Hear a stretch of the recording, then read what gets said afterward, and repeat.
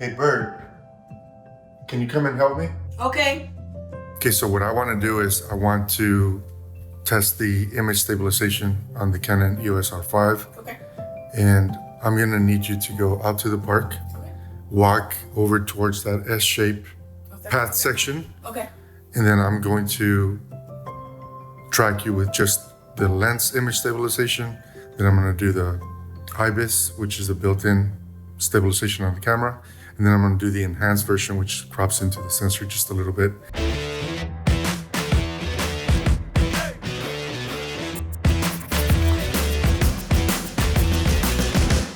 Welcome back to the channel. This is Quick Takes, where we are exploring the Canon EOS R5. This episode is all about IBIS. So I'm going to roll 3 clips. The first clip has IBIS or image stabilization turned off in camera, but I am using the image stabilization in the lens. As you may notice, I was impressed by how well it was maintaining the image stabilization, which then made me lose focus on framing and tracking my subject.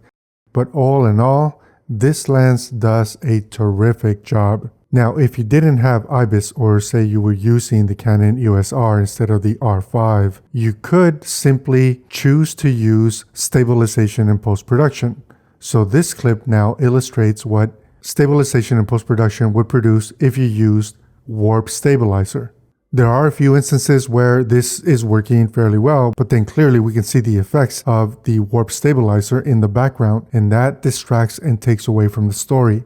So let's turn on image stabilization in camera. So in this clip, what we're seeing is both the built-in image stabilization on the lens as well as IBIS working with the Canon EOS R.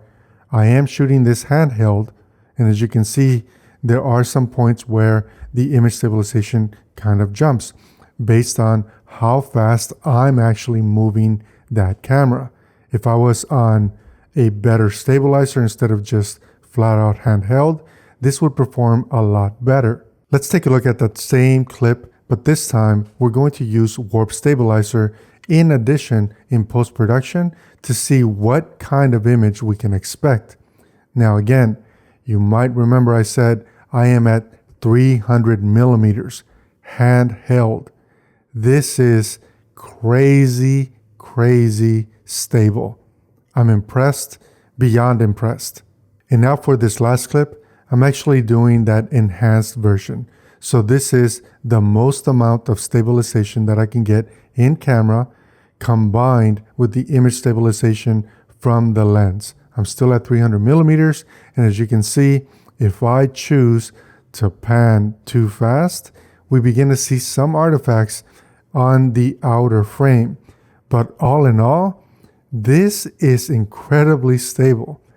I've never been able to shoot handheld and have something be this stable ever. And in this last clip, I'm again using that enhanced version, which crops into the sensor. So you got to remember, you're going to not get the full sensor.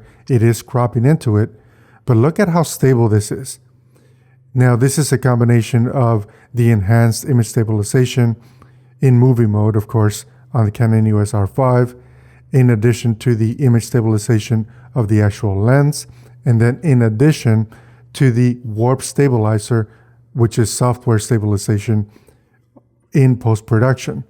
But how impressive is this that I can shoot this clip at 300 millimeters? Let's quickly talk about the gear that I used in this clip to get these types of results. Of course, I used the Canon EOS R5. I did shoot in 8K, 24 frames per second, all eye. I'm using the Canon RF to EF adapter, and I'm using the Canon zoom lens EF 70 to 300 millimeters f 4.5 to 5.6 DOIS USM lens. If you've never used that lens, you need to check it out. This is a must-have, super compact, incredibly stable, perfect for video, maybe not for stills, but perfect for video lens. I would say that everyone needs this specific lens in their kit. If you want more information on the lens or the gear that I used, I'll be sure to link them in the description below. I want to thank every single one of you for your support. You are what makes this channel and this community valuable. What we're trying to do here